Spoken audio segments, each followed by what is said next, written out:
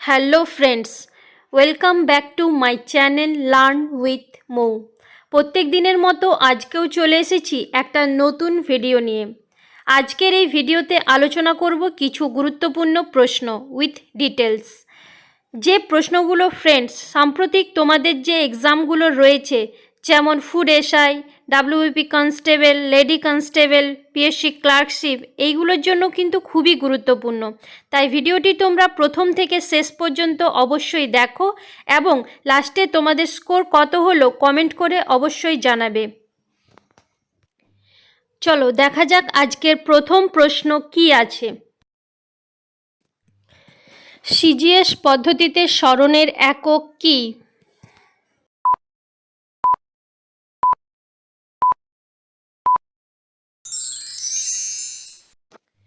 CGS পদ্ধতিতে স্মরণের একক সেন্টিমিটার। তাহলে এখানে সঠিক উত্তর হবে অপশন সি, সেন্টিমিটার। এবারে দেখো, সিজিএস পদ্ধতিতে স্মরণের একক সেন্টিমিটার, সেটা আমরা জানি। এরপর আরেকটা পদ্ধতি আছে যার নাম এসআই পদ্ধতি, সেই পদ্ধতিতে স্মরণের একক হলো মিটার। এটাও তোমরা মনে রাখবে, ঠিক আছে। এরপর বলো তো, স্মরণ কোন রাশি? স্মরণ হলো ভেক্টর রাশি, ঠিক আছে। তোমরা আমাকে কমেন্ট বক্সে কমেন্ট করে জানাবে ভেক্টর রাশি কাকে বলে এবং স্কেলার রাশি কাকে বলে। নেক্সট পয়েন্ট আছে বৈদ্যুতিক রোধ, এর একক হলো ওহম, ঠিক আছে। এটাও কিন্তু পরীক্ষার জন্য ভীষণ ইম্পর্টেন্ট। তারপরে আছে দেখো বলের একক হলো নিউটন, এটাও তোমরা মনে রাখবে। এরপর আছে ক্ষমতার একক হার্স পাওয়ার। এরপর দেখো আছে তাপের একক হলো ক্যালোরি, এগুলো মনে রাখবে, এগুলো পরীক্ষার জন্য খুব ইম্পর্টেন্ট। নেক্সট 2 নম্বর প্রশ্ন, ট্রপোস্ফিয়ারের উচ্চতা সবথেকে বেশি কোন অঞ্চলে?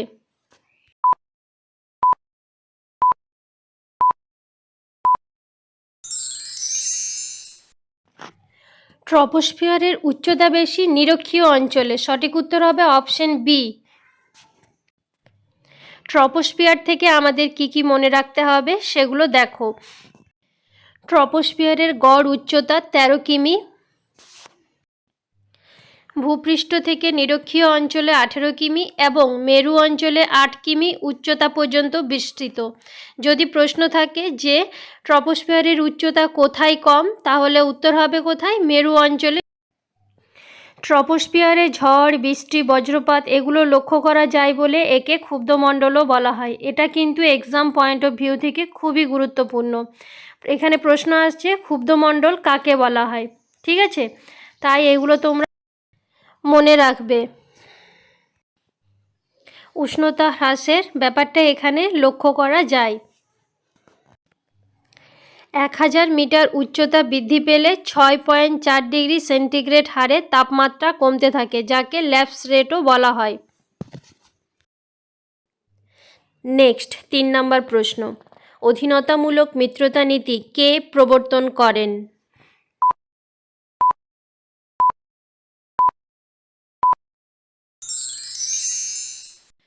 তোমরা কমেন্ট বক্সে কমেন্ট করে জানাও এর সঠিক উত্তর কি হবে। তাহলে এখানে কি হবে? অধীনতামূলক মিত্রতা নীতি প্রবর্তন করেন লর্ড ওয়েলেসলি, সঠিক উত্তর হবে অপশন ডি। এবার তোমরা বলো তো, অধীনতামূলক মিত্রতা নীতিতে কে প্রথম স্বাক্ষর করেন? তোমরা কমেন্টে জানাও এই নীতিতে কে প্রথম স্বাক্ষর করেছিলেন। তাহলে সঠিক উত্তর কি হবে? এই নীতিতে প্রথম স্বাক্ষর করেছিলেন হায়দ্রাবাদের নিজাম, এই নীতিতে প্রথম সাইন করেন, ঠিক আছে। লর্ড ওয়েলেসলির সময় বেসিনের সন্ধি হয়, এটাও তোমরা মনে রাখবে। নেক্সট প্রশ্ন, সলবাই চুক্তি কত খ্রিস্টাব্দে হয়?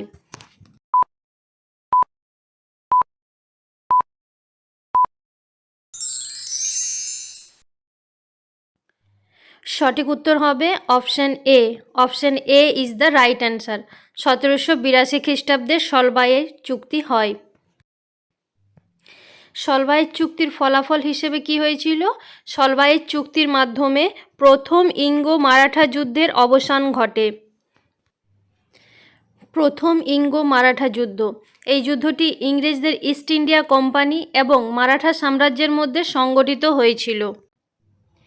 এটি 1775 থেকে 1782 সালের মধ্যে সংগঠিত হয়।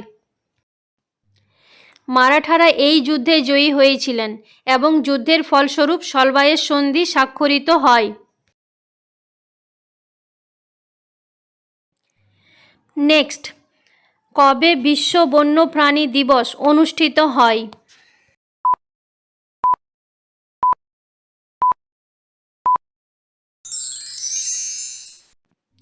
সঠিক উত্তর হবে অপশন বি, 3রা মার্চ।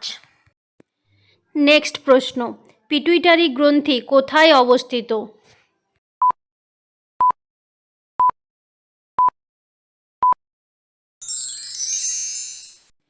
সঠিক উত্তর হবে অপশন সি, মস্তিষ্কের কাছে। পিটুইটারি গ্রন্থি ক্ষুদ্রতম অনাল গ্রন্থি। পিটুইটারি গ্রন্থিকে মাস্টার গ্ল্যান্ডও বলা হয়। এখান থেকে প্রশ্ন আসে, মাস্টার গ্ল্যান্ড কোন গ্রন্থিকে বলা হয়? বিভিন্ন পরীক্ষার প্রিভিয়াস ইয়ারে এই কোশ্চেনটা এসেছে। নেক্সট 7 নম্বর প্রশ্ন, লুকা মদ্রিজ নিম্নের কোন খেলার সাথে যুক্ত?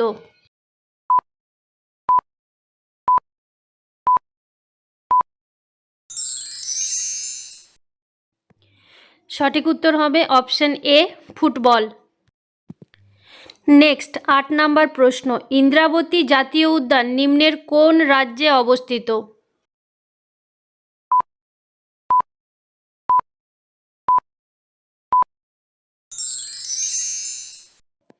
সঠিক উত্তর হবে অপশন ডি, ছত্তিশগড়। ইন্দ্রাবতী জাতীয় উদ্যান ছত্তিশগড় রাজ্যে অবস্থিত। পরের প্রশ্ন, বিশ্ব জল দিবস পালন করা হয় কখন?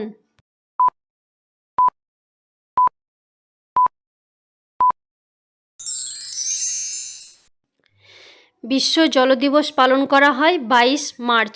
সঠিক উত্তর হবে অপশন এ। নেক্সট 10 নম্বর প্রশ্ন, ভারতরত্ন পুরস্কারে সম্মানিত প্রথম মহিলা কে?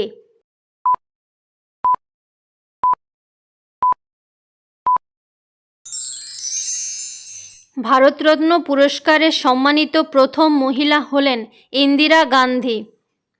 সঠিক উত্তর হবে অপশন বি। বন্ধুরা, আজকে এইগুলিই ছিল কিছু গুরুত্বপূর্ণ প্রশ্ন উত্তর। আজকে তোমরা কত স্কোর করলে অবশ্যই কমেন্ট বক্সে কমেন্ট করে জানাবে। ভিডিওটি যদি ভালো লেগে থাকে অবশ্যই লাইক করো এবং বন্ধুদের সাথে বেশি বেশি করে শেয়ার করো।